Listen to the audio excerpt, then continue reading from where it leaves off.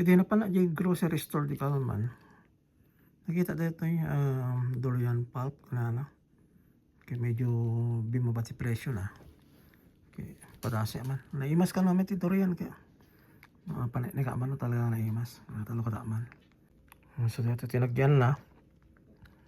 Medyo kung na daw na bangsit kaya kanya kagara malaki ko tsara. Okay.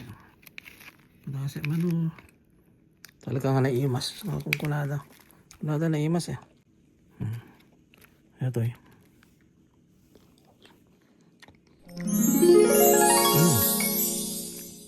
Yummy!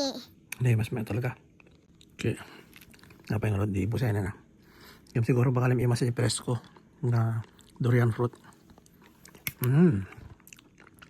Ayos. Solve. Eh boss.